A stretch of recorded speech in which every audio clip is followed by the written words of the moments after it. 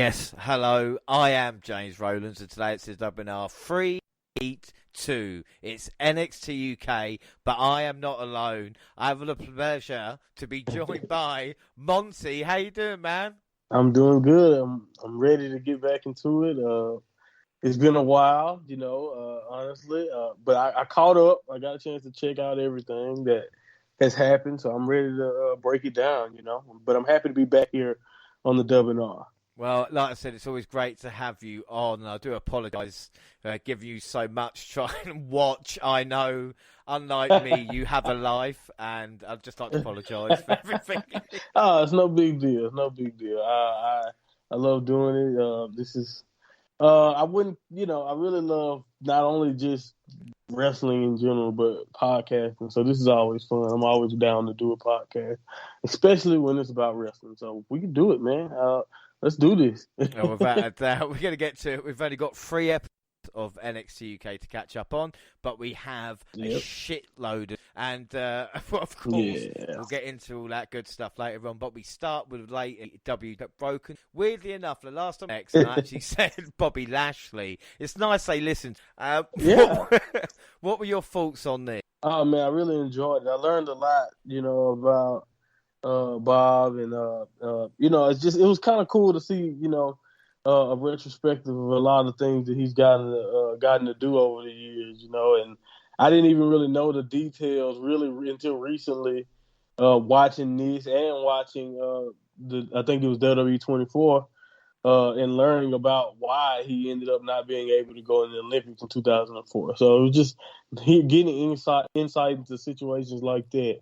Hearing some of the things that keeps him, on top of his game at his age, and you can't even tell he is his age. It's just unbelievable. It was great to learn more about him, and Austin is great at his job.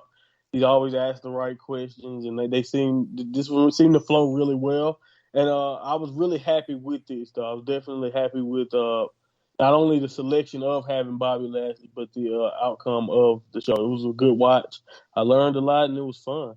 Yeah, without a doubt, like you said, with Stone Cold, he kind of makes everybody feel comfortable. I mean, he asked Bobby, one of the first questions, how long you've been shaving your head? And it's, you don't think about it. You go, oh, wait a minute. Right. And then that makes Bobby more comfortable. He comes across as extremely likable, and he talks about, likes to read. Yeah. And, such a nice guy. And you think the guy looks like a killer, but in fact, just as a nice Well, it's guy. funny.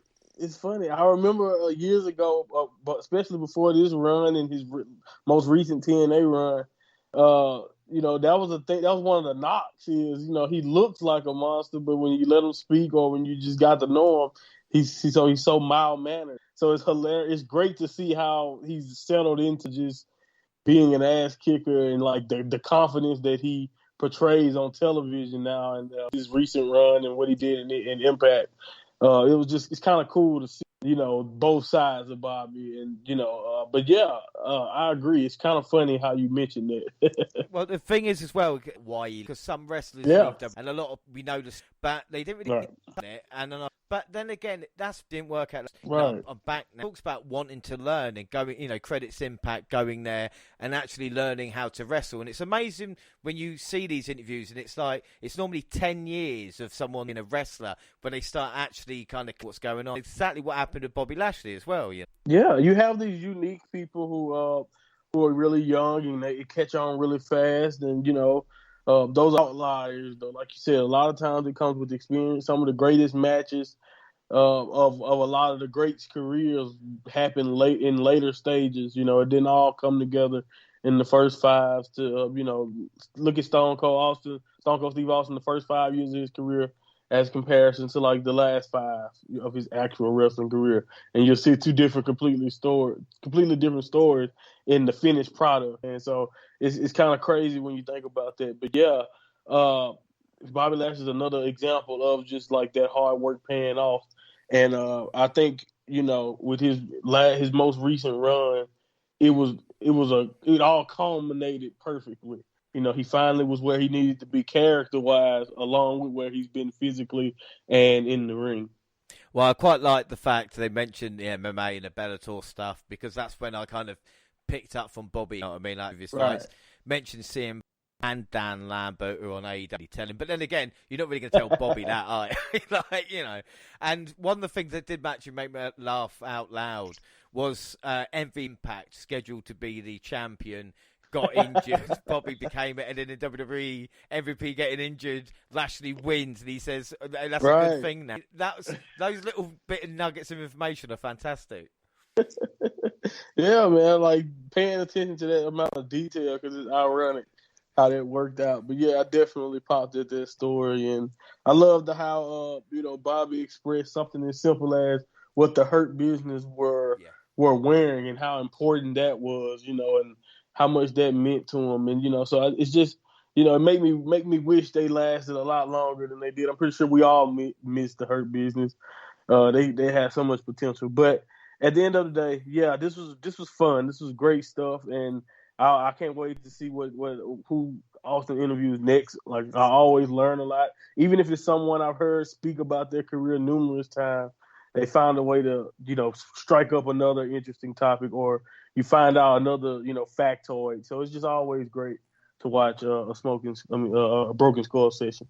Yeah, like I said, that far. It's really, really. The next Rollins, there's a picture circulating. Okay, that's gonna be good. There's a picture with Stone Cold. If no one's seen that yet, please pause the show, see it, and then come back. Move on to WWE 24 because WWE get a lot. We know that there's one thing they do better than most kind of companies, let alone wrestling. It's to document, and obviously WWE 24 looking at WrestleMania Night 1 and Night 2. We talk about Night 1 because again, this was so interesting to see behind the curtain. Yeah, always just great to hear. See all the visuals. See, like you said, for example, we all remember experiencing watching WrestleMania this past year, and the insanity that was the rain delay, and kind of seeing how the wrestlers were also going through that insanity along with the live audience to see that little things like that is just such a great touch. Always great to see a lot of that. And then of course the ins and outs of the stories going into Bianca's main event and Cesaro's story, and just overall it's just like you said, W24 is always a good watch. And I actually did not have any intention of watching it that after I think SummerSlam, right? I think it was SummerSlam when it's debuted. Yeah. It's been a week. It's been a while now, but yeah. Yeah, so, you're over it. You're over it. It's fine. But yeah, I watched it live when it actually first aired, and I right after the pay-per-view, and I usually don't do that. I had all of the intentions of cutting it off, but once I got started watching, I was kind of hooked. I couldn't go away. And so it was really well done. I really enjoyed the Night 1 special. Well, Night 1, I thought they're going to have to blur Braun Strowman. There was going to be a lot of blurring going on. Kind of. Yeah. And, it's crazy to think, even on both nights, the amount of wrestlers, even with the takeover, the Stand and Deliver, how many wrestlers are not in the company? I think we should look back at Christmas and just go, there's two left.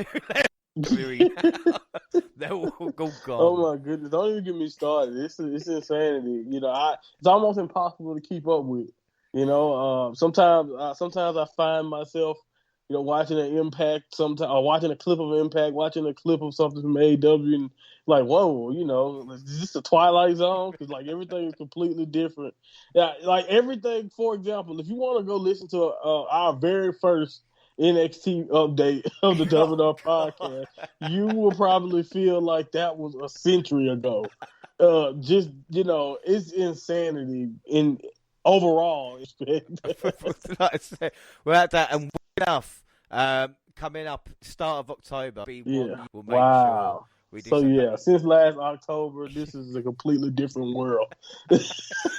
Well, going back to 24 and talking about a different world, they really dropped the ball with Cesaro. I mean, how over and that move again, I can't remember what he called it, but on the shoulders, that's all I have to say and picking about. Yeah. What happened? Did he eat Vince's lunch? Like what did he... I don't understand why it's such a stop and start. It's always this way. If you followed Cesaro for his entire WWE run.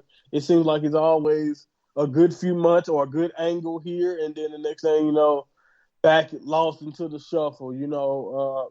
I don't understand it. He seemed like he was on pace for some special things, even with the Roman stuff. I thought maybe it was a little soon for him to challenge Roman right after the Self story, but since then he has been pretty much, like you said, just doesn't really nowhere near as important as he was just a few months ago. And I think sometimes WWE takes him for granted because he's always going to make it work. If you see what I'm saying, if you throw him out there in a burst and you need him to get over babyface style, he's always going to be able to do that. If you need him to turn heel and execute with a tag team or whatever, he's going to always be able to do that. So I think sometimes they take him for granted because they don't necessarily want him at the top of the card.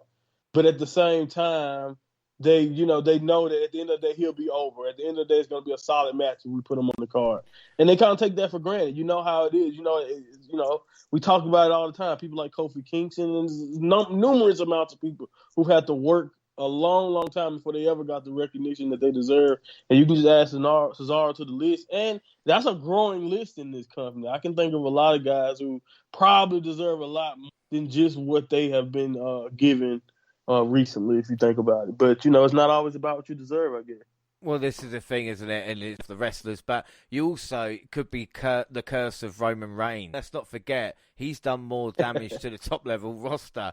I mean, when you think, Braun, Bean, everyone. Kevin Owens is obviously looking like he's not going to sign his contract as well.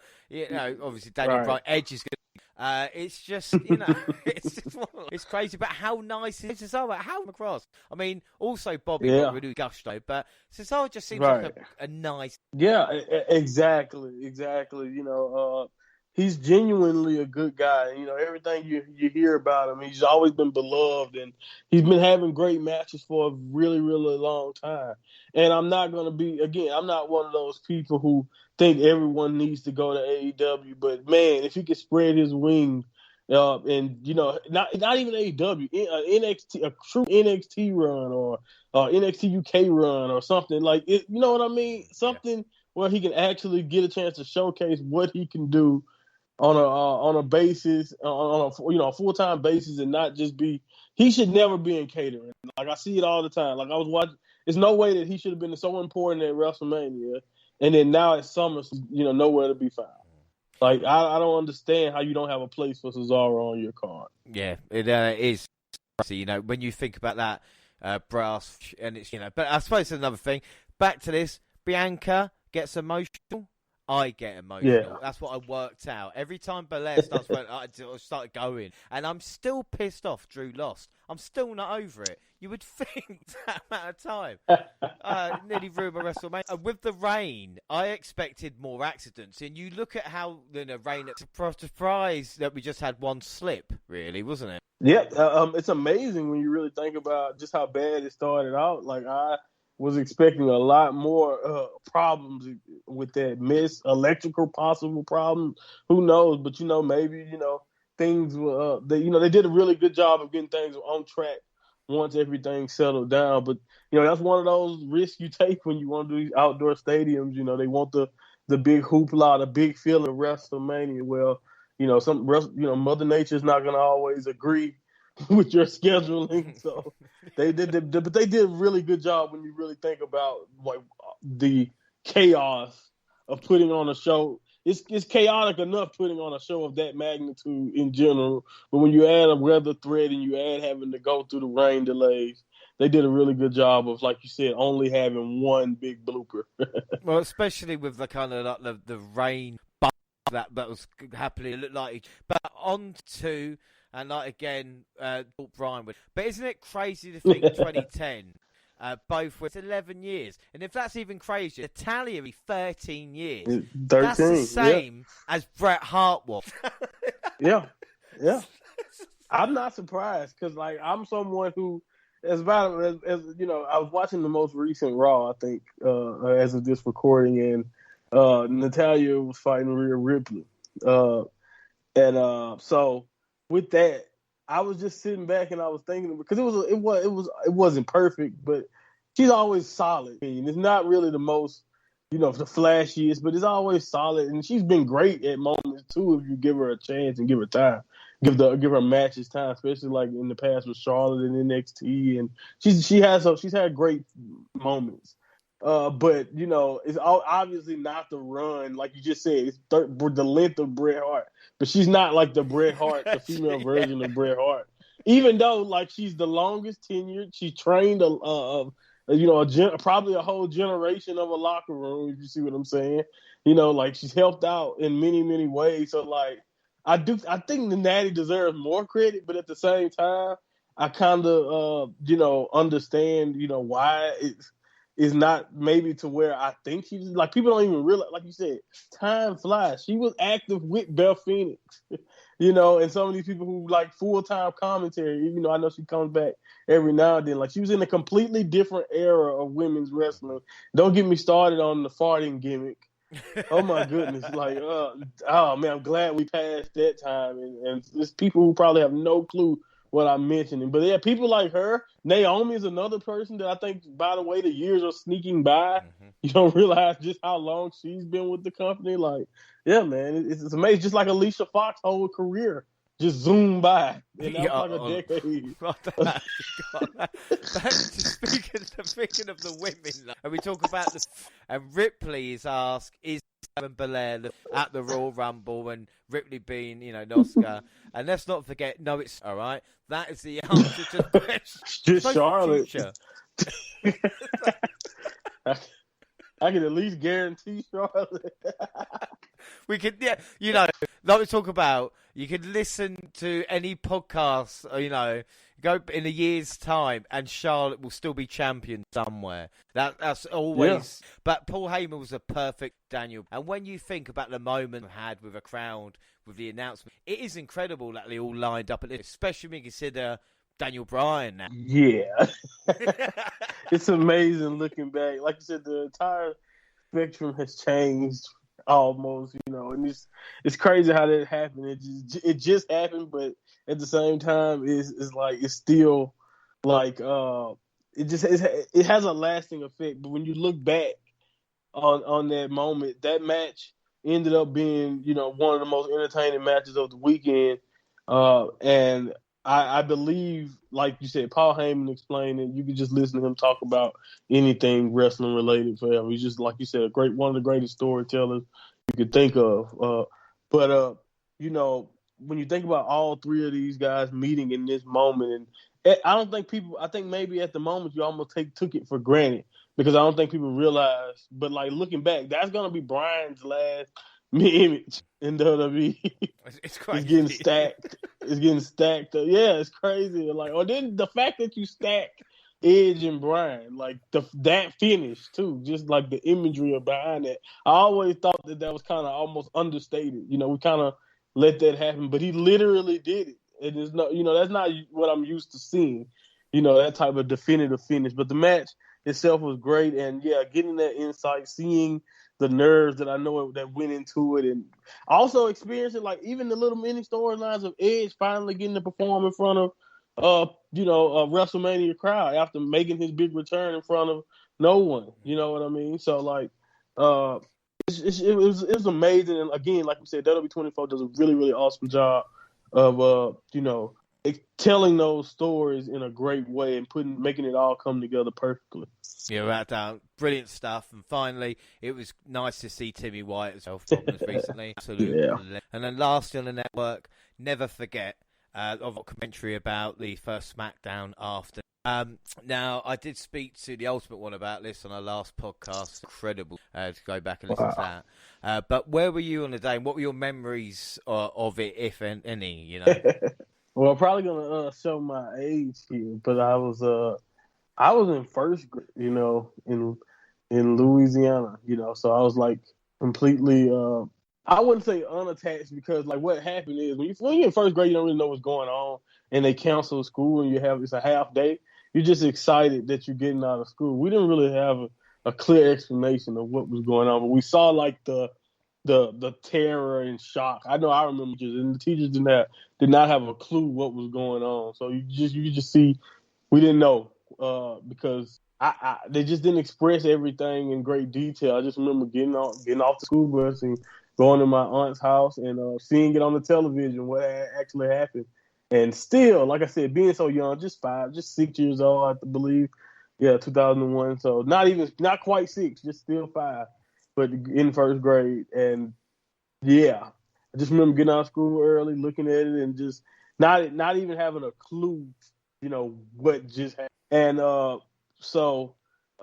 yeah, I can only imagine what it was like to be in the area at that time, in New York. So, man, I definitely have to seek that story out from Ultimate One. But the special that WWE made about it is always funny to me, and this is not to take away from the moment that WWE loves to highlight. But if you ever notice, it's always funny to me how they just act like the wrestling show that they gave at the time was like the most special thing. And I'm not saying it's not, because it was a great moment, but the way they toot their own horn about that show, when a lot of other things were canceled at that time because it was just, it was a difficult moment. No one knew what was going on. The state of the country was weird, and at that time. But it's just funny looking back on how WWE looks at it. To me, when I think about it, like the speech that Vince McMahon gave and how dramatized their review of that is. But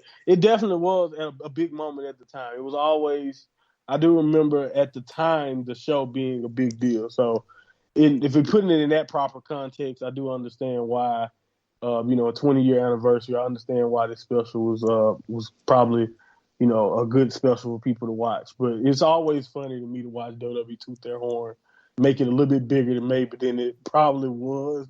That's WWE for you. Oh, Everything's no. over the top. Never, without doubt. I do have a story, weirdly enough. I didn't say this because, like I said, mine doesn't matter. But as a 12 or 13 years old, and I had the chance to go to New York, October of 2000. And whilst there, you kind of want to do everything. Want to go to the Empire State Building, but we couldn't do it. So we decided the World Trade Center instead. So we actually went to the top of the round. It's incredible. Always had that close association. And then obviously 11 months later, coming home from school, saying, but again, I'm not saying I've been had a love of a WWE age and movies. You know what I mean? That I know that a lot of people might not like America, but that's not me.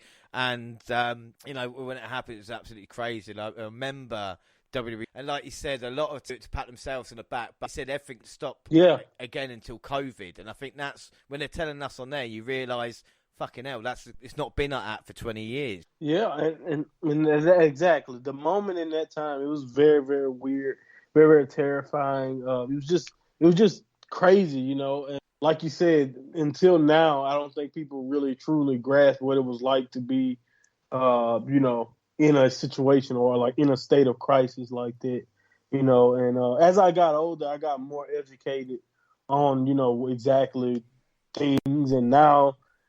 Now it's crazy. I remember at the time, as I was getting older and I was younger, talking about 9/11 a certain way, you just couldn't do it.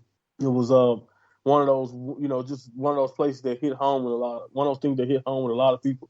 Then it got to the point to, as I was getting older, now it's just all types of conspiracy theories about 9/11, everything you could think of about 9/11. So it's just funny how time, what time does to a situation. But yeah, I will never forget where I was when everything happened and how that day played out. It was one of those just, it's just kind of like, I kind of compare it to when people would tell stories about being in school the day Kennedy was assassinated. The president, that's the kind of story I have, because I was in school kind of in a similar way. I've heard people tell the story in the past of being in school when the president was assassinated and all that type of stuff. So it's one of those situations. So, like I said, without a doubt, crazy. It's heavy metal, as my dad would say. But just about the documentary quickly, Stone Cold.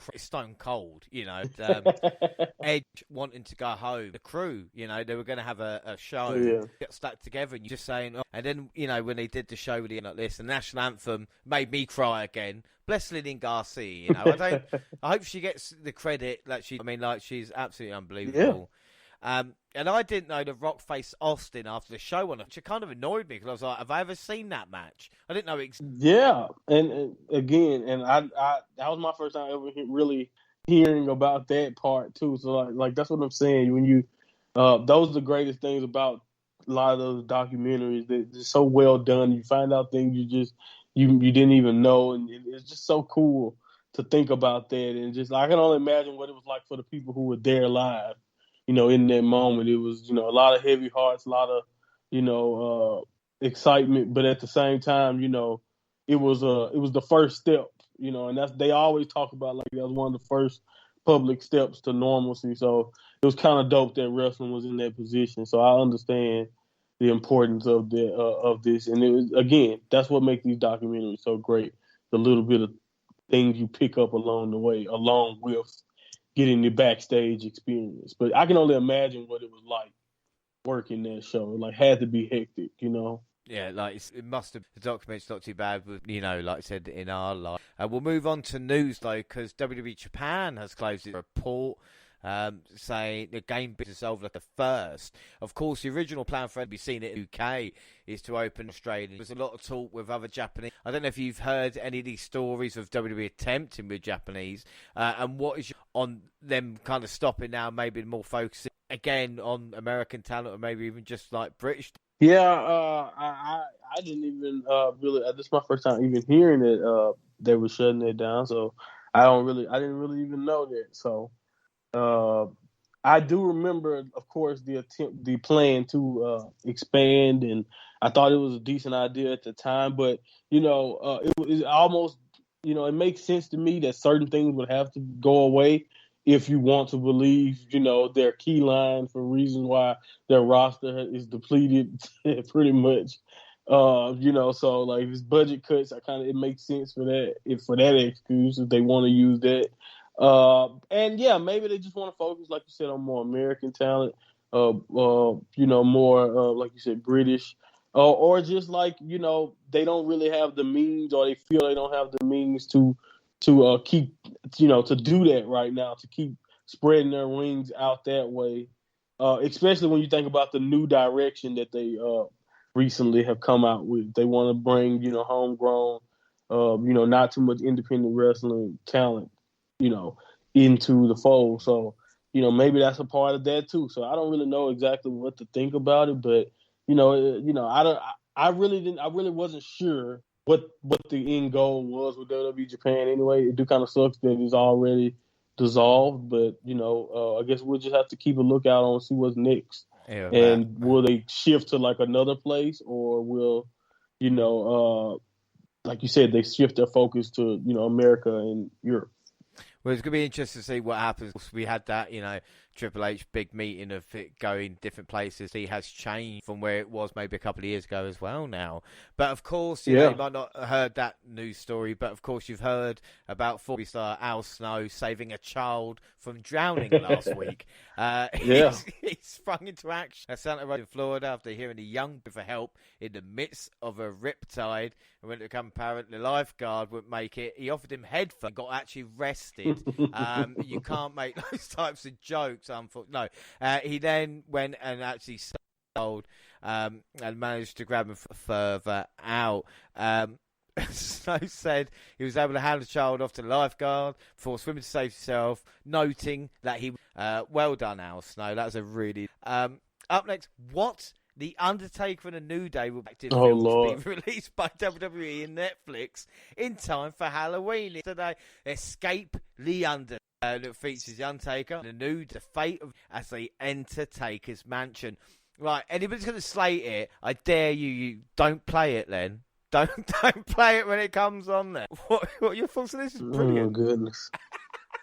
You talking about an immediate facepalm type of news. It's just, it's something, It's something. That's all I can say for you about that. I don't know how I feel about this. New Day entering the Undertaker's mansion. For what purpose is what I want to know. Well, if the New Day decides to go, even if we want to keep it kayfabe, give me a kayfabe reason that the New Day It's going to be, I bet they can smell pancakes. But then again, would the Undertaker be cooking pancakes? On to Arrival. 6 athletes training at WWE Performance still open to begin their journey. Minneapolis, Bobby Stevenson, the brother of Olympic gold medalist Gable's job, but he stands 6 feet, bendy pound. Cool. Yeah, I'm not reading it, I swear. Brady Booker comes from the world of college football, having played middle linebacker, build up to 21. They're tight. I'll see ya. Here, isn't there? There's a little. Yeah. I noticed it. I'm picking it up. Jessica Nico, right, is a 21-year-old gymnast, bodybuilder, and CrossFit athlete, weighing 245 pounds and 6'5". No, I'm joking.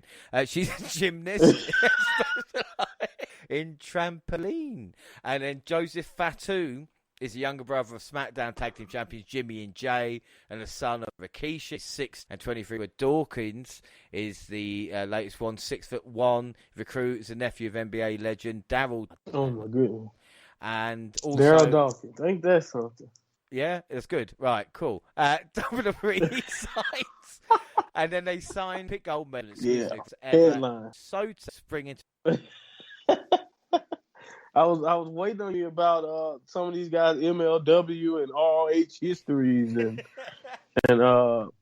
New Japan. I know someone got to be from New Japan, right? No, nobody. They look like a lot of indies. New Direct. No, I'm joking. I think we obviously see the link here, if especially based off bios and that this is more of their style. If you really think about WWE, athletes, basketball and football players, amateur wrestler, of course, with the headlines of Gable Stevenson and his brother already coming on Twitter saying he can see the Stevenson brothers. I don't know if that's going to happen because that's not always, just because you're brothers don't mean you're going to end up attacking. But hey, who knows? That could be a future at some point. I better say, sorry, you could have the Stevensons and then Brock Lesnar can get Brock Anderson, the Brocks versus the Stevensons. I mean, that's money. The Stevenson. The Bronx Sunday. What an armchair booker we have here. Anyway, no, but sorry, obviously that's an interesting offer. But no, they obviously have an idea of what they're looking for, and I can't wait to see. We got to give these people time in the performance center. Maybe some of them will be further along than others. Some of the thing is about performance center signings, it's a spectrum. You have some of them where I may come back to this picture and I'll see you down the line later. And then some of them you may never see get in the ring. So, yeah, that's true. You just I guess we'll see. I'm pretty sure we'll see Gable Stevenson though. Yes. You don't make all that hype and we don't get a chance to see him. But yeah, Sefa Fatu also, he's the only one that I've actually seen wrestle before. So there you go with that. Well, that could be, you're like this, that could be a game changer. But up next, a name. Hardy. You can tell I've been doing it for 6 years, can't you? Hits keep coming. Parker Bordeaux, who follows me on Twitter, he's changed his profile to Gunnar Harlan. He filed to trademark earlier this week. Gunnar Harlan. What are your thoughts? I hope he doesn't come out like, I'm Gunnar Harlan, and I'm going to beat you. Oh man, somebody that size sounded like that. I'm gonna take you out for. Okay. Oh my goodness, he's not kidding. The Ridge, Gunnar Harlan. Ridge, no, okay. I have nothing to say. This is Ridge Holland, poor bastard. Was it? Hello, isn't Jackson Riker's old name mixed with Ridge Holland? There we go. Yeah, because I think Jackson Riker was Gunner in him. If that, or is it? Wasn't it? I don't. It doesn't matter. Yeah. He was not memorable. Okay, cool. All right, good. There's also a big blonde football player called Eric Harlan. They might Eric Harlan. Okay, so maybe they're gonna tag them together as the Harlan versus the Brocks versus the Stevensons. And the Brocks.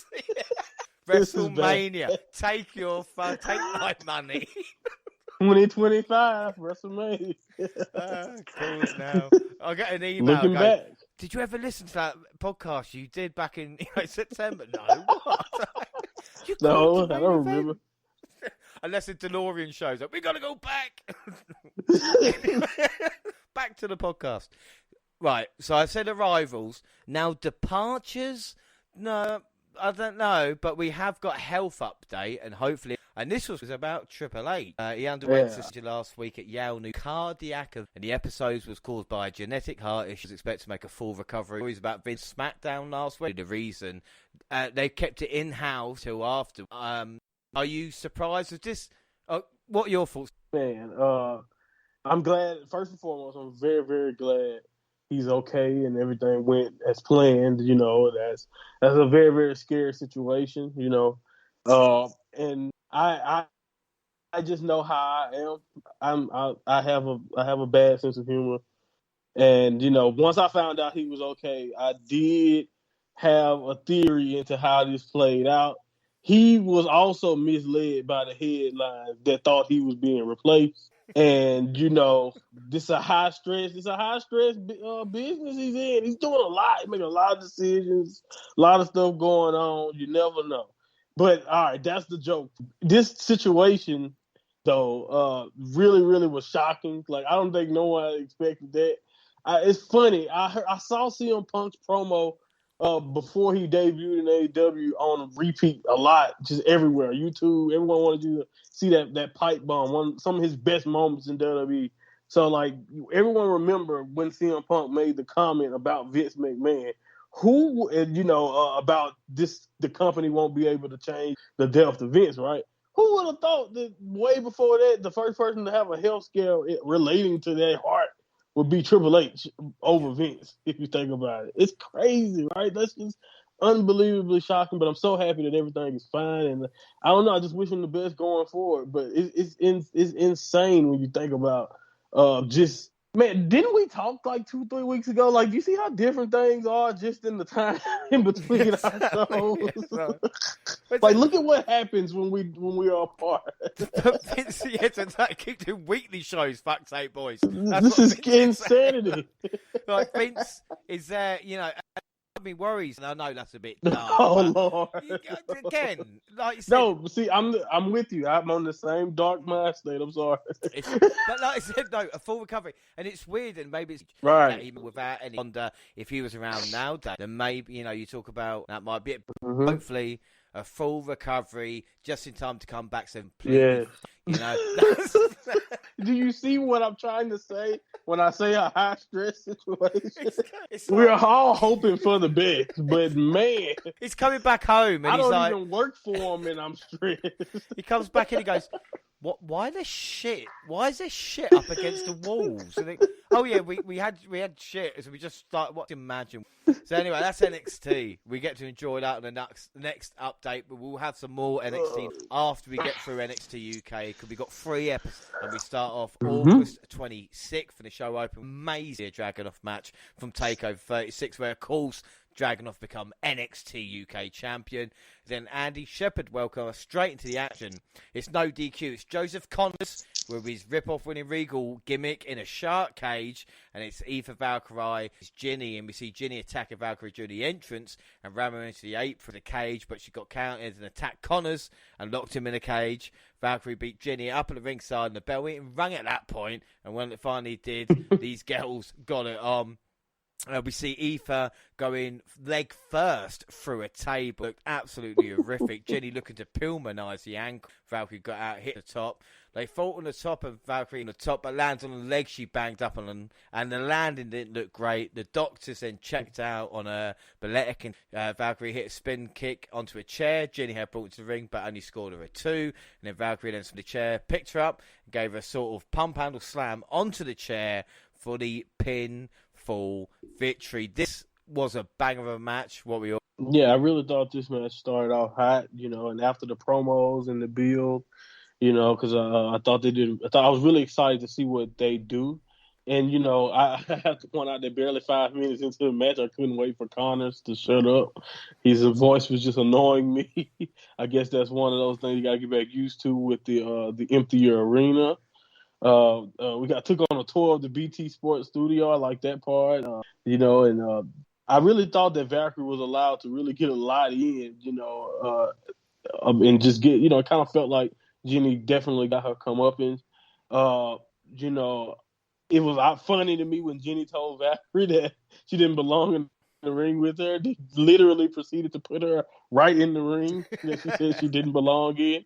That was funny, after the big slap. That was a nice spot. But this match really couldn't have finished because that's like the Seth Rollins. I don't think it was as bad as Seth's injury ended up being, but that spot is always a risk to sunset flip bomb, and she showed great toughness to just finish it, and because the buckle did not look good, but I thought this was a great match by two great professionals, and I just enjoyed the match. It was great. Yeah, she was either like Shawn Michaels level sell, or she was really injured, and to get through exactly.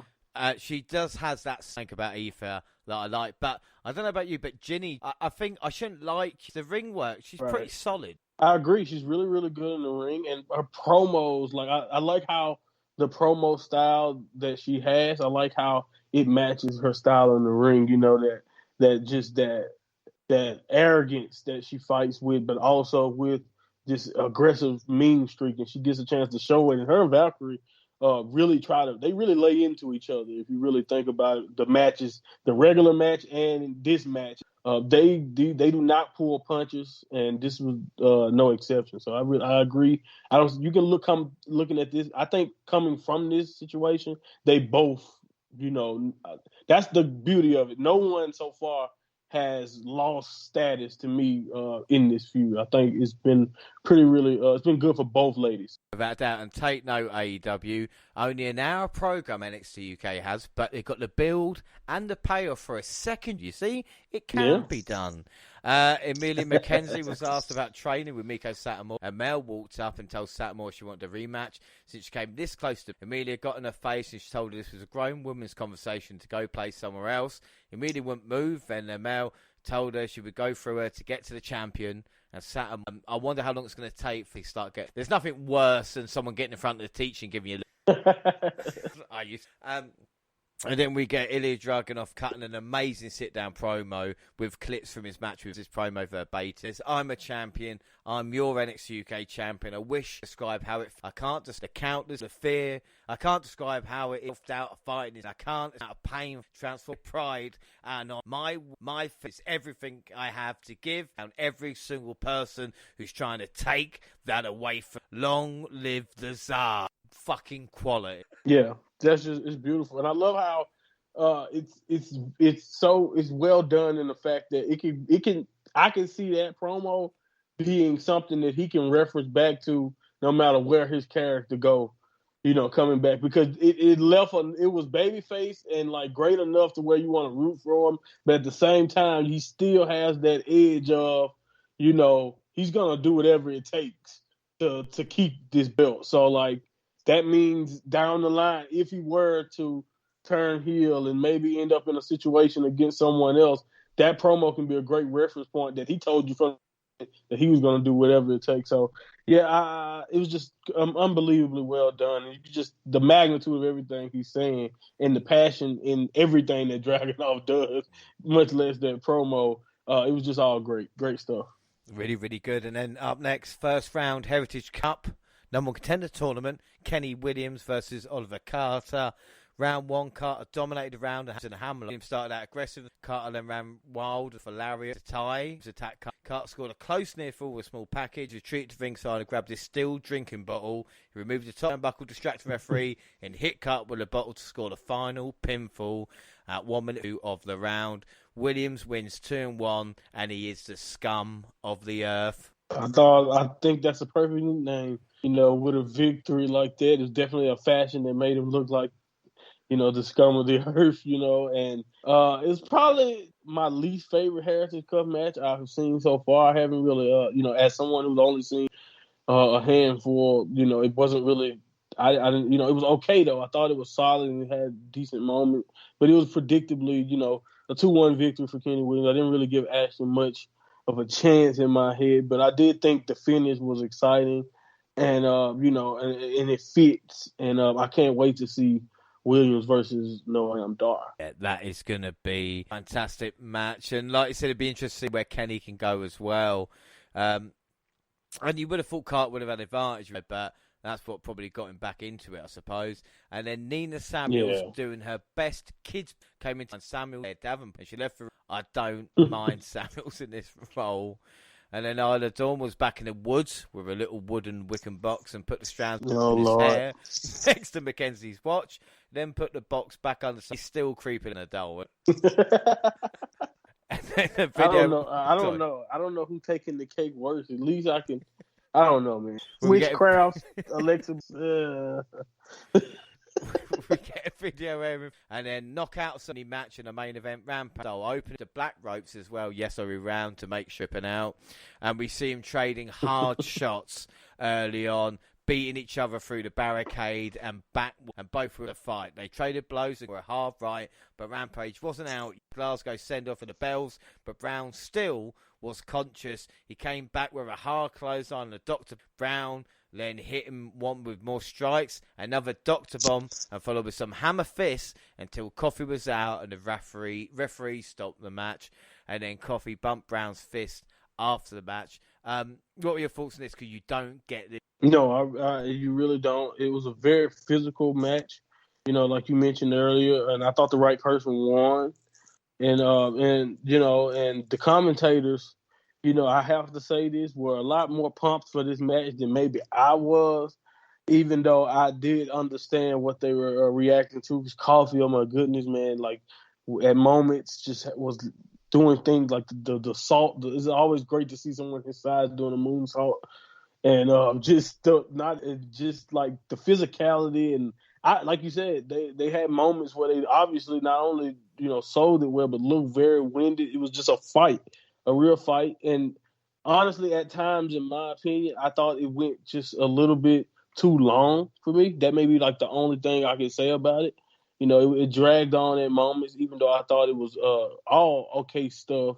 And I don't have a problem with a long contest, but I thought the longer the match went, the more it didn't really fit. It didn't fit what these guys are really doing to each other. These two guys are big, powerful, high impact guys. I know it would take a lot more to knock someone out because they're tough, and I get the toughness part. But at the same time, when you have the repertoire that they have, you would want it to have a little bit more finality, maybe a little bit sooner, maybe from my point of view. Well, maybe I'm nitpicking, but I thought it lasted a little bit too long, and it took an exhausting amount of time to wrap up, just in my estimation. Well, that's an excellent point, because the thing with heavyweight boxing, or the reason why it could end any second, because when you got guys that big, it can. And like I said, I think the length, as she said, no, like I said, it's been, it wasn't bad. Like, 2 Mack trucks, back-to-back, it should have been a bit overdue as well. Right, and I must say, it also may be just me being spoiled with watching a lot of these fan shows. Maybe in front of a crowd who can react to a lot of these bigger shots and add to the, add to the feel of the match, because it felt like a big fight, as big as it could be, but you still are in the BT Sport Arena. You still have the panned-in noise. So it all just felt a little bit bigger than it actually was, made off to be a little bit bigger than it actually was. But maybe with a crowd there, it'll match, like the excitement, the energy in the building will match the excitement of the commentary, or match what the guys are doing in the ring. But for me, it was a little bit of a disconnect, and it just took a little too long. That's a good point. And we move on to September 2nd, and Andy Shepherd and Nigel against welcome fans again to the show. And we start off with Blair Davenport versus Nina Samuels. But Davenport knocks Samuels right off the top rope, second after. The bell hasn't rung yet, but Davenport is determined to gain the lead in this bout. They make their way to the ring. Davenport slams Samuels onto the mat with a Falcon Arrow. She grabs Samuel's hands and he stopped Davenport to continue this match. Again, the bell never rang, and Sid Sculler charges to the ring and stops the match. He tells Davenport to make her way to his office right now. Instead, she hits him with a Kamagori, then smashes him into the mat with a arrow. Several referees come out to help Sculler. Davenport retreats and holds up high. I mean, honestly, what do you think of this? I know, I don't know how long you've been in the UK, but no one ever has put their hands on. Yeah, and even if you want to think about historically with wrestling, it's not often that women get to do this also. You know what I mean? To take out the authority figure, if it happens every now and then, it's a heel. And, and someone who's done this, she's still really early into her run. Initially going into this match, I was excited to see her face Nina, because I thought it was like a continued, climb up the ladder of contenders towards Mako. But, this came completely out of left field. I wasn't expecting it. It was interesting. It's definitely something interesting here. And but again, I literally typed out, where are we going with this? Because it's interesting, but I want to know, what's going to be the end goal when it comes to this, because, man, I was not expecting her to take out the assistant general manager. It just felt so random. I was so shocked. I was like, what the fuck is going on? Like, this never happened. She should come out, just be like, la la la, match. There you go. Go. Don't do this. Like, it really was like statement made, maybe why it happened. But we look back at Eva Valkyrie and Jenny's hardcore. Despite losing them, she remains. I really like that logic behind it, because you can still get another match for a couple more. Right, I agree. I think you definitely can get more out of this story, and I didn't necessarily think, even with this being kind of a blow-off situation, that this would have to be the final encounter. But I do think wins and losses still should matter. So hopefully this injury does not derail maybe future, title shot plans for Valkyrie, because I wouldn't mind seeing a for Valkyrie and Miko Satomura at some point, depending on how lengthy she would have to be out. But like you said, it's great heel work right there by her doing that and turning the heat, up. Like, yeah, I may have lost, but I'm the only one still here. So, you still have heat for that, and you can definitely kind of get your heat back morale-wise, and just get right back on the horse and keep going. So, yeah, I love that promo. Yeah, without a doubt. Next week, Symbiosis will take on Saxon Huxley and two partners of his choosing. And speaking of partners, Dave Mastiff and Jack Stars being this kind of oddball tag team. They took on Dan Maloney and Andy Wild. The faces started strong, but the impressive Maloney, Wild and Jax, Stars come back in headbutt and Maloney. Whoa.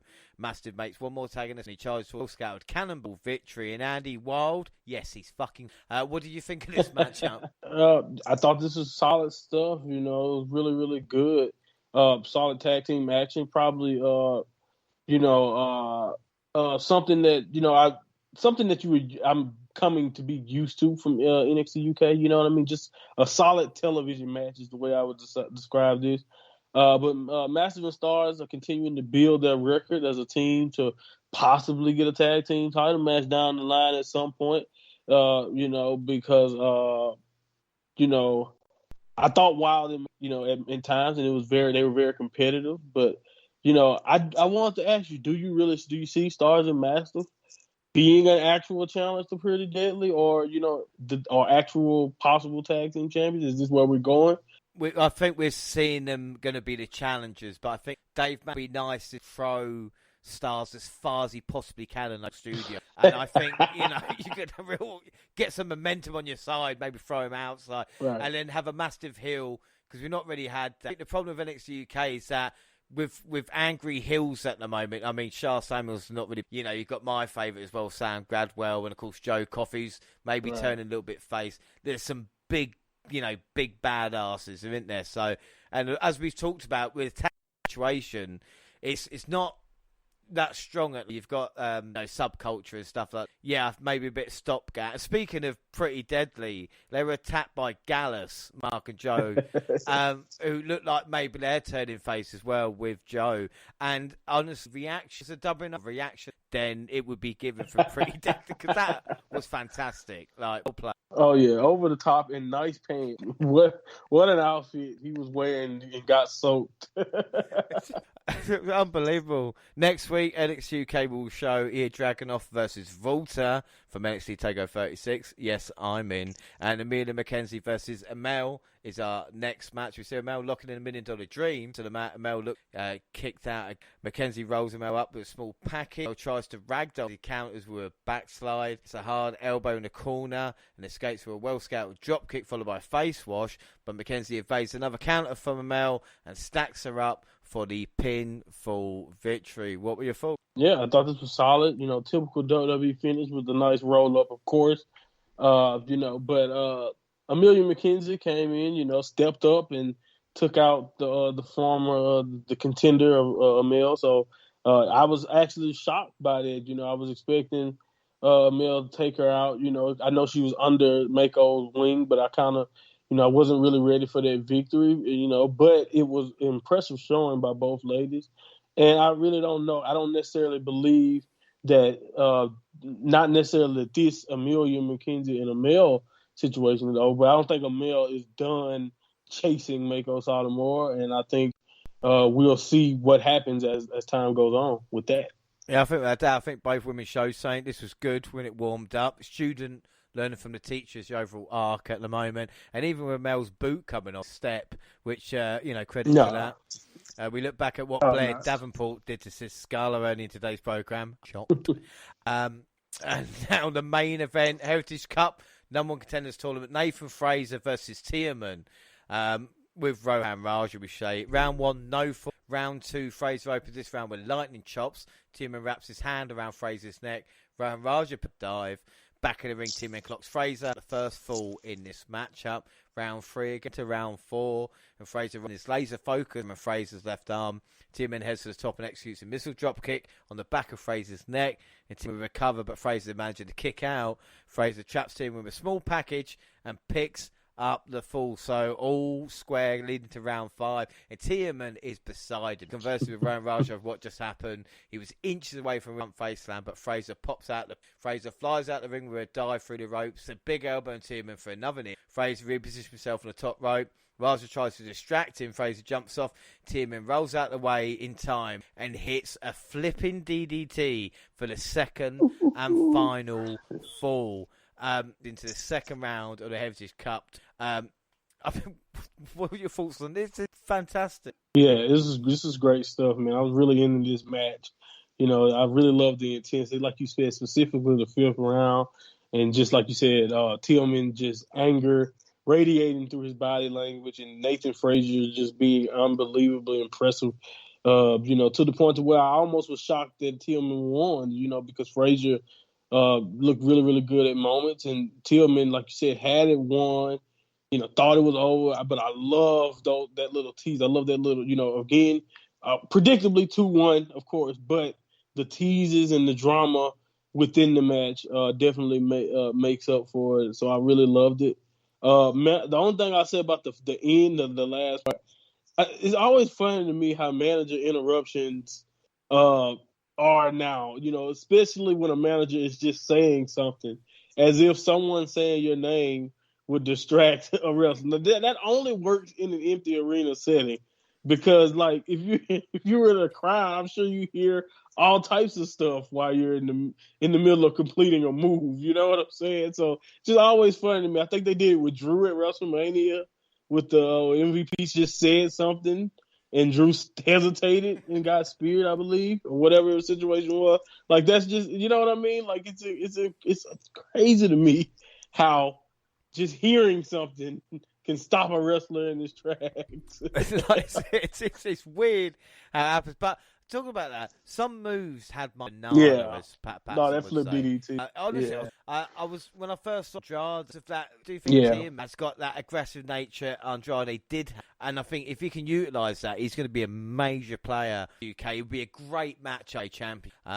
Really, really stuff. So we move on to our last of UK, 9th, and of course we open with a clip show of what falls to the hour match, hyping up the revisit show. And of course Andy Shepherd and Nigel McGuinness on commentary, and the NXT UK Heritage Cup number one contenders tournament first round. Wolfgang Sam Gradwell.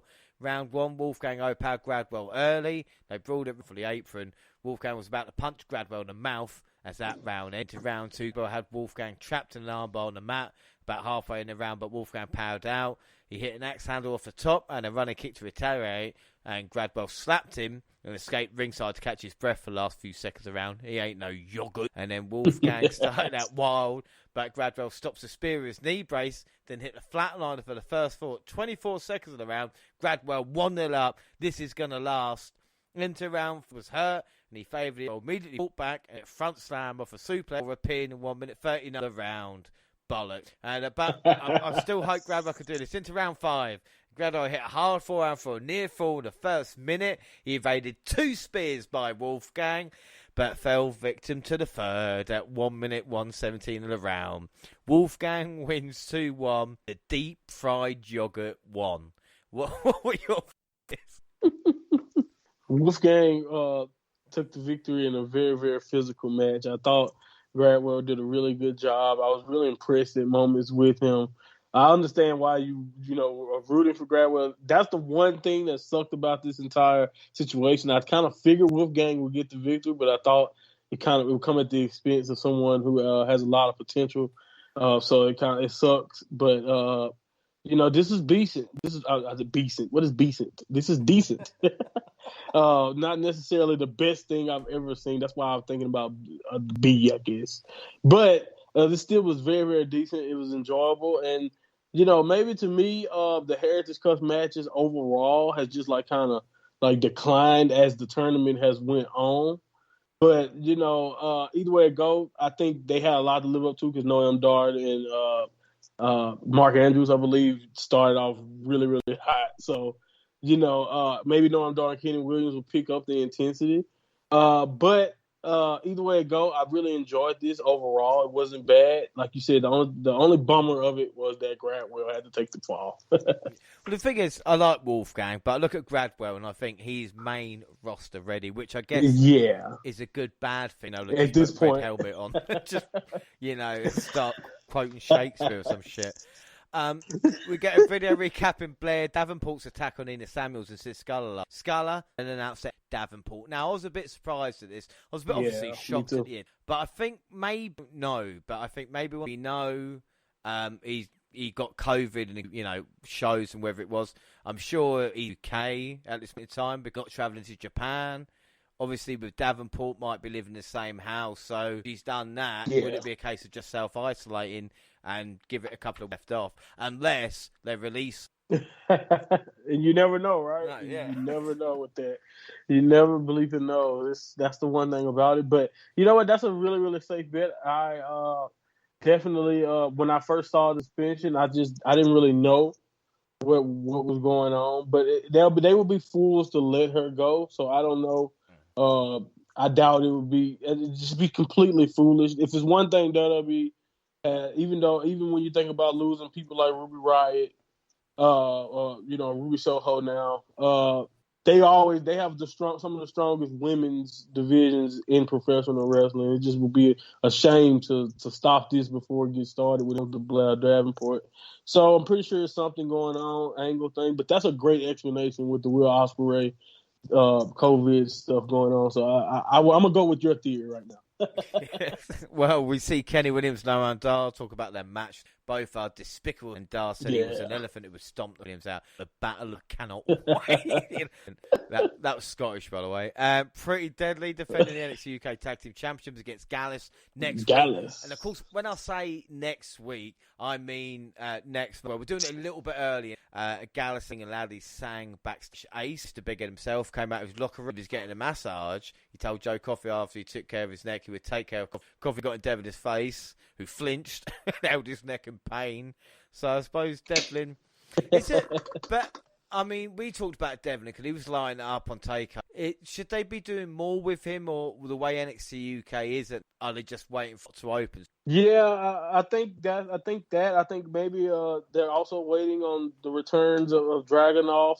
I'm not saying specifically for Devlin, but it just seems like NXT UK has a lot going on at the moment. Maybe a transitional period just in general when it comes to especially the men's division. So I'm not really sure, but yeah, you would think they had something planned. After the great performance here in A-Kid put on, you would think they would immediately try to get just more out of them. But I think it'll come with time. But I would love to see a Devlin Dragunov match down the line. So who knows? Maybe we can get something built towards there. Maybe that he can be a first contender.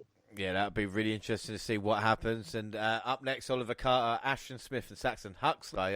Carter had no music and a screen and decided Huxley should be. And Huxley ran wild and wiped out Eddie Dennis, who dropped. Then followed up with a clothesline off the top. Smith was in and hit a double suplex on Dennis. Smith was in trouble quickly as Primate attacked him from the outside. One headbutt by Primate, but Carter made impressive on his shoulders and Carter hit Carter. Eddie Dennis, man, I look at it, work on your upper body. Carter and Smith, you grown him. Talk about potential challeners. Maybe it was like impressive. Yeah, I agree 100%. You know, like we said, Pretty Deadly is in desperate need of fresh contenders, and I think they're a great, possible addition to the contenders list. It's funny. I think I should start charging you that point about Eddie Dennis. His chest. If I probably would make pretty good bank. So I think we're at least 3 for 3. How many updates have I done? 3, 2? Yeah, well, it doesn't matter. It just annoys me. If it was me, his eyes are fantastic and he looks, terrifying. No, I get it. It makes sense. It's just I just know you're gonna mention it, and it's a nice touch. But yeah, it's nice to see Oliver Carter finally get a victory. You know, ever since I've been keeping up with it, I haven't really seen him win much. So yeah, I think Smith and Carter definitely have a future, and it would be nice to see. Maybe like you said, maybe as they continue to climb up the ladder, maybe they'll be closer to the contender spot than even a Stars and Mastiff. But I thought this was solid. This was really, really fun trios match. It was very, very well paced, and I can't complain about anything about it. No, symbiosis from 2B, not the team.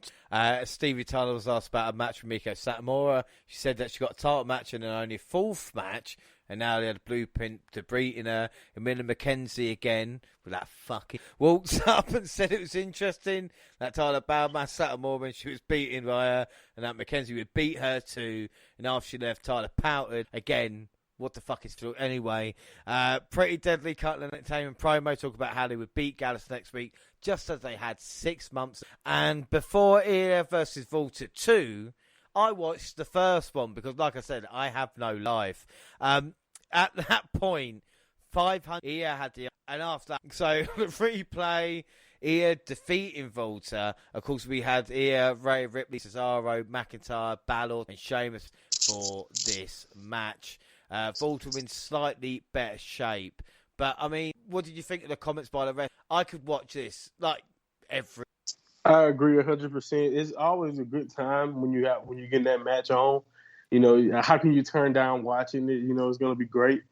And it's even better. I really like the touch of adding the insight, and just seeing the other comments. I wasn't really, expecting it to be in that way. When I first saw the announcement on the episode before, I thought it would just be a replay, and I understood it. That good of a match, why not replay it, re-air it? But adding adding Dragunov's comments, adding, like you said, McIntyre and all the other comments was just such a great touch. You get to hear and see insight as the match is going on, and see what people thought, other people who actually do this and what they think and how they thought it was absolutely awesome, just like we did in the moments that we reacted to.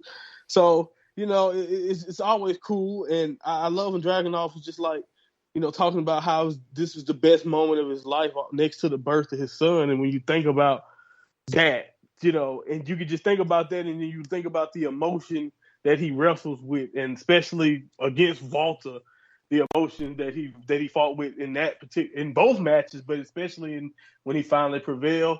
You can see that this definitely meant exactly what he said it meant to him. And, it's viral for many years, but stuff like that makes it real, damn it. You know what I mean? Well, like you said, no tables or chairs, just pure wrestling. Oh, yeah, man. It's my match of the year so far.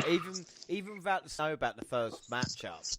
And then if you did and you watched the matchup to try to how he beat him in the first one very early on, and even the ending with both matches sleeper, it's almost like he had that in mind to get the job done. If you want to add that layer to it as well, like you said, when it's done right, it's a real sporting contest that you can talk about. You've got the other side, which is the kind of sports entertainment. Exactly. And, some of the best matches, in my opinion, are matches that you can just run back and it's just a good time. And every time you run them back, you feel like you were there or you remember your experience when you first seen it.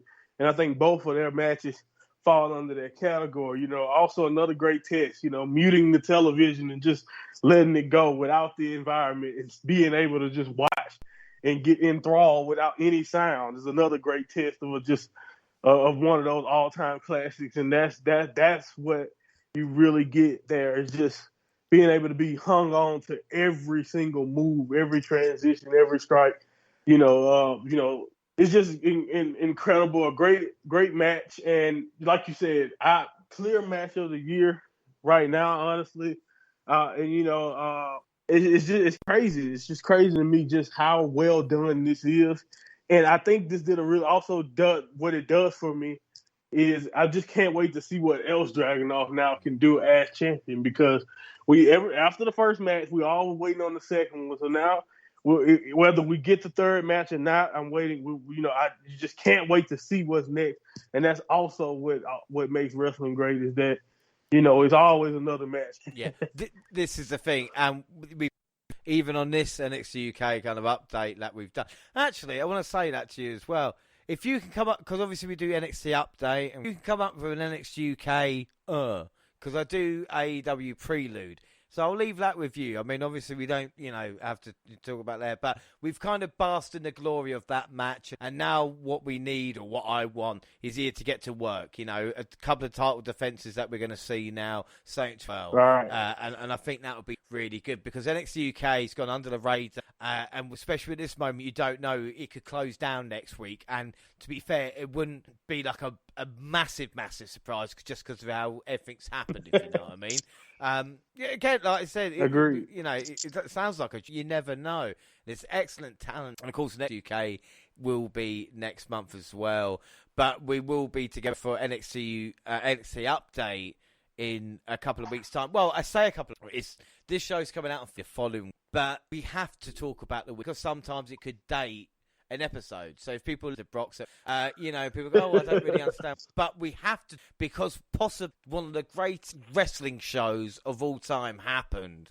AEW All Out. What were your fun All Out? It was fucking incredible. I know we were NXT, we're cheating on. Yeah, it's one of the greatest shows of all time. Everyone has basically highlighted the same thing, for ever since it took place. Just a load of fun. You know what I mean? At the end of the day, that is one of those times where if you want a feel good show, you want to have those. You want moments. You want just everything that makes wrestling. All Out had it. It had what you need. It had one of the best tag matches you can think of with the cage match. It had a solid main event to me. They had CM Punk coming back. It's just so many moments that you almost and then you almost gloss over the fact that Adam Cole and Bryan Danielson shows up also, or you think about the returns and you almost gloss over just how great the wrestling was. Like, that's just like, it's almost impossible to give it the credit it's due, because from the moment everything started to the night to when everything was over, it was compelling and great stuff. And this is what professional wrestling is all about. I'm not really into the pick a side in this war type of thing when it comes to WWE and AEW. At the end of the day, I'm a fan of professional wrestling, and you are not a fan of professional wrestling if what happened at All Out, if you got a chance to watch it and it didn't get a rise out of you at all. I don't understand it. It was great stuff to me. Oh, without a doubt, and I've spoken to the Ultimate Oh, One. yeah, Minoru Suzuki, by the way. Suzuki. I know. What a fucking reaction he got as well. Like, those fans, man, just make it that special. And how long have the AEW fans been waiting to go, Adam Cole, baby, months? Oh, man. You know what I'm saying? We've been doing that for years. Don't tell us you didn't want any. And since opening day. Yeah. I spoke to the Ultimate One. And I think our next live show, because of course we'll do the Halloween special at the end of October, but I think our next live show, and we do the pre-show to an AEW And Okay. I think that Sounds should good. be mental if you're up for it. That would be brilliant. But like I said, it reverberated around the world all out. And even Mick Foley saying, WWE, we've got a problem. And he signed to a Legends contract. He said it's no longer a place for talent to aspire to. He said AEW's doing a great job attracting great talent, building other talent, great, even brought up, carrying, and I know a lot, but at least he's not sugar because it has been brilliant. There have been. Yeah, and sometimes you just gotta be honest with yourself and own up to something simple. You can't look at Karrion Kross. You can't even tell me about Killer Kross and Impact and compare it to what you're seeing now, character wise, and what they have him doing and all of that. So it's just obviously a disconnect. Keith Lee, one of the most over. If you could think about it, just had everything figured out. And then as soon as he gets to the main roster, everything changes. And, of course, we all know that some of that was out of WWE's control, but at the same time, there's a lot of stuff that they did also just change. And, we've seen that. And like you said, you can't tell me that doesn't mean anything with someone like Mick Foley, one of the nicest. And, he doesn't have to ever do anything like this. This obviously is something that he truly believed in. And you can just see it also in the talent, you know what I mean? The talent who leaves WWE and what they have to say about their new employment or just the idea of being free now. Everyone, people rather be a free agent just popping up in places around the world instead of being in WWE now. It's even like... And so it's a lot of truth to what he was saying. But this is the thing, and like I said, excellent point there, but I just, even as a fan myself, and even what I really like is I piss and moan about 4-hour paper, especially if it's buying. And after that, even the fans that attend it's another couple of hours, chanting AEW. It's like ECW on the W stuff. I think that's probably Tony. And the kind of way they delivered that. And even I, who's got a shitload of wrestling watch, was like, do you know what? Fuck it. I'll watch Dark. I don't mind watching Elevation. You know what I mean? I'll catch up with that as well. Just because I watched them afterwards. And like I said, how happy Adam Cole. Incredible. and then you're thinking, oh, right. And then the show on Friday at Madison Square Garden. Fuck me. Yeah. Like that crowd. Fun. I mean, what did you think of SmackDown? It was beautiful. Awesome. It was, other than, I believe the women's match fiasco, that's pretty much the only drawback I could even say. It was a great show. It was fun. It had the energy. Like you said, the crowd was hot. The matches were great. Edge and Seth Rollins could wrestle any day for my money, anytime.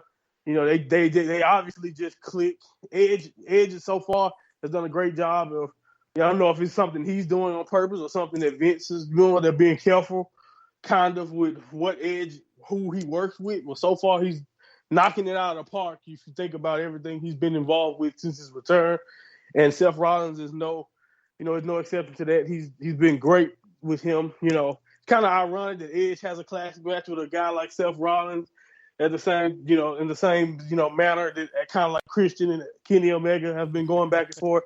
Kind of cool to think about that when when you look back at it. But either way it goes, it's cool. It's just great stuff all around the board when it comes to it. And yeah, I as much fun as All Out was, and this is the reason why I don't understand some of the constant comparisons, because SmackDown great, and I don't think you can look at that and say it wasn't great, but it was great in a different way than what All Out is, and there's nothing wrong with that. They have two completely different approaches, and I think SmackDown and then looking at All Out, if you look at both of those shows, that most recent SmackDown and All Out, they both can show you that they can have great shows just put on in completely different styles and ways. And, so it's just all about, putting the pieces together on a weekly basis with WWE. Yeah. But yeah, we can all have fun without wrestling. You don't have to choose a particular style, in my opinion. Oh no, like I said, if you want to choose a side, then fuck off. That's not it's not what it's about. But like you make an excellent point.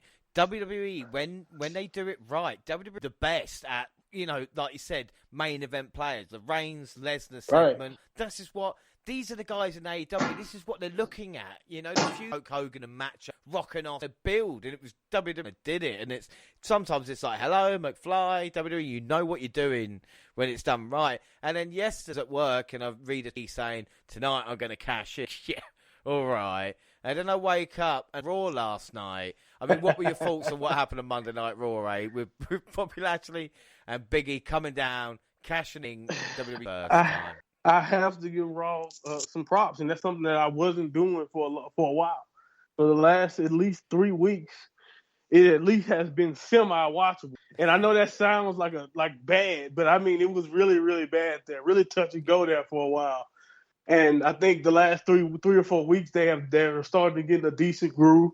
Yeah, they could do a lot of other things better, and maybe with the draft, Raw will get even better. But overall, the show, in my opinion, last night was fun, at times. And the moment of Big E prevailing as WWE champion, we all know how much he deserves it. We all know it felt good. It felt good. You know what I mean? And I think that's one of those things you don't really get a chance to see often. The way he did it, kind of similar to most people in the past because it was after a Bobby Lashley match. But at the same time, he called his shot. He let everyone know that he intended on doing it. So it was also still honorable in a way, if you see what I'm saying, even though it was after a match. So it was still well done, and I'm interested to see. I love everyone already jumping to the Survivor Series possibility of Roman Reigns and the Usos versus the New Day. And I would love for them to just go ahead with that, idea, whether the New Day are tag champions or not. I think it would be a nice idea.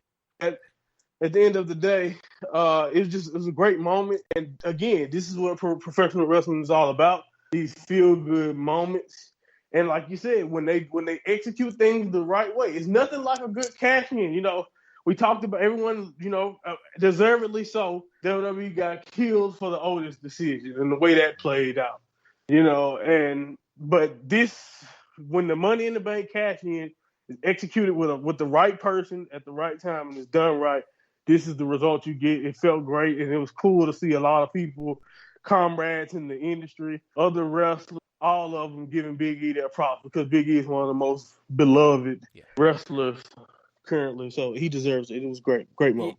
We talked about Cesaro right at the start of like Big E. The reaction on Twitter today is immensely a bad word, and one of the things that they were saying as well, the fact it's a black man, and this is the kind of thing where we see that. And for me personally, Big E beat Bobby Lashley, but I understand there's a whole different lot of more ignorant people, and a bit like Belair versus this, we don't have to kind of again. I don't want to. I'm not racist, but you know what I'm saying. Like we've my goodness.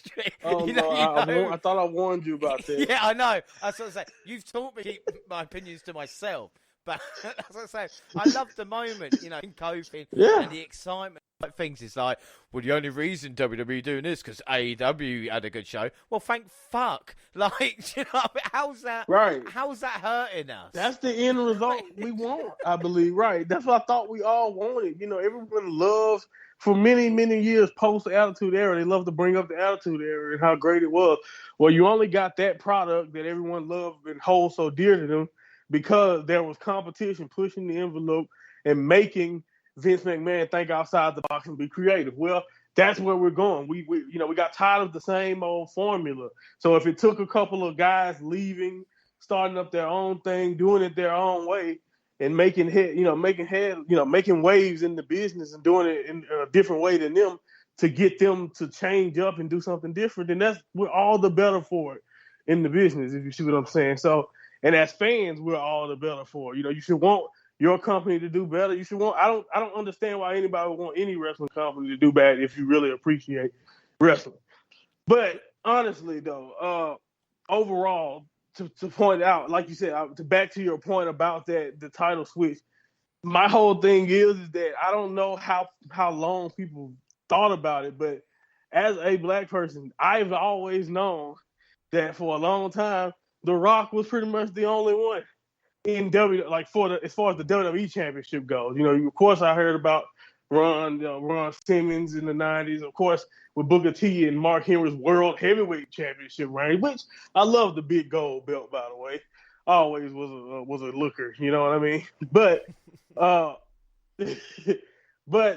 to fleshing out that list, to see now having to go from when Kofi in 2019 to, then Bobby Lashley and now Big E, to go that many years without having a black person as WWE champion, and now we have 2 in 1 year in this company, it definitely means something, and it shouldn't go unnoticed. And so I love you highlighting that, and I love everyone who's highlighting how history is being made, because yes, that means 20 years down the line, it won't even be anything we need to mention, because the list will continue to grow, because this can only make more and more black wrestlers strive to, in the future. I remember when I was younger, the explanation for why there weren't so many was, it's not as many black wrestlers as white wrestlers. That's the explanation I was told when I was younger.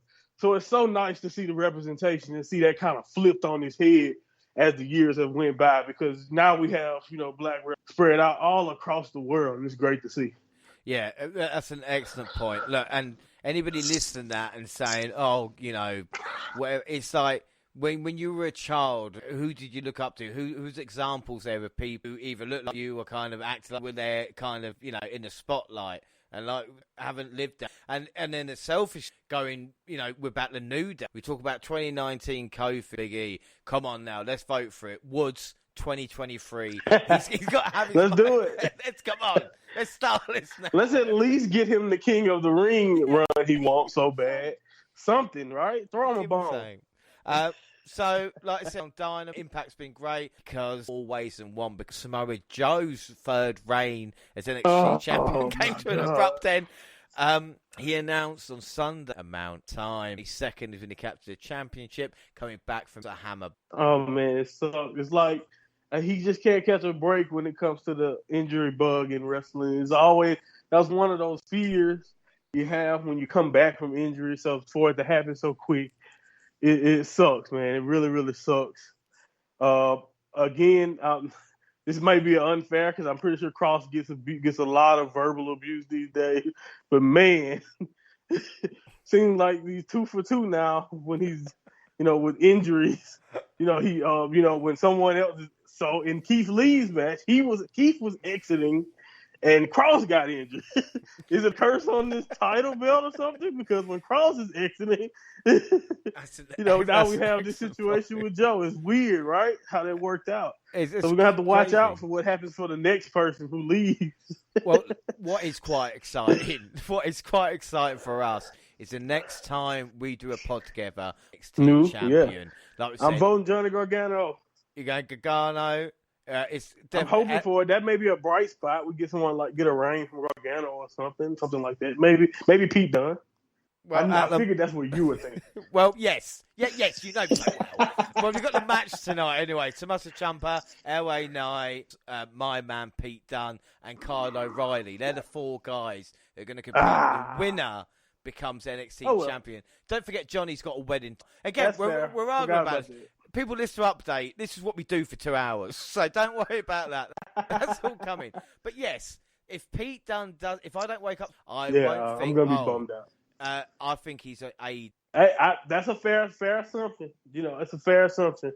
I would not be surprised. Like you said, if they don't, I don't know why. I think this is the perfect opportunity just for this spot for especially thinking about that match. And I hate to put you on the spot here, but it's about to be Kyle O'Reilly versus Pete Dunne. So take your pick, because I think that's where we're going.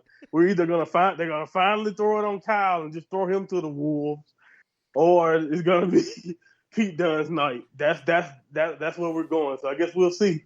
Well, this is say, I'd even take LA Knight winning and carry on with Ryan's for the championship. Like it's exciting time. I know a lot of people aren't happy about the NXT brand, but like I say, you and I are going to walk into the unknown on the next show. Speaking of the unknown, is the belt going to continue to be black and gold, or are they going to spray paint it? I don't know.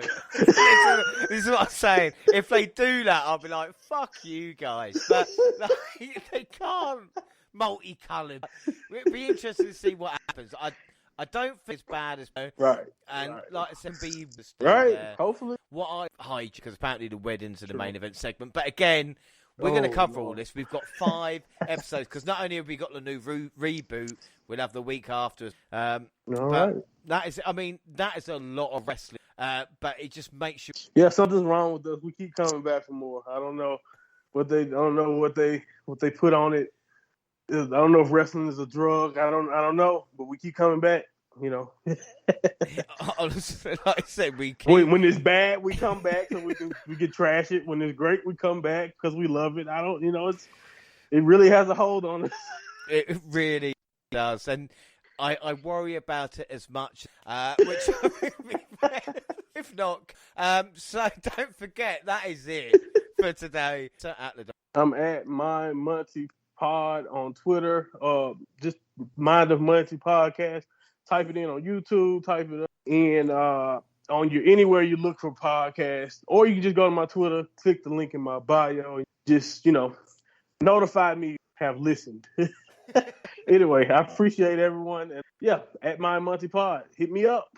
Well, we get a lot of love for you on the Monty, so, don't forget that. WNR also on Facebook and Instagram, across the Google platform, at gmail.com. We forget so many, we might have to start reading them out. And YouTube, the WNR Podcast, wherever all latest clips and podcasts go at the same time on YouTube. Is do SoundCloud, your phone, also Spotify, subscribe, rate, and there. So that is it. Our next episode, it's Monty again. It's next week for NXT Update.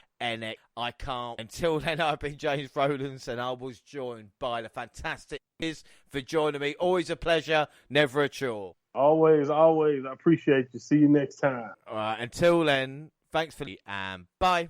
Adios.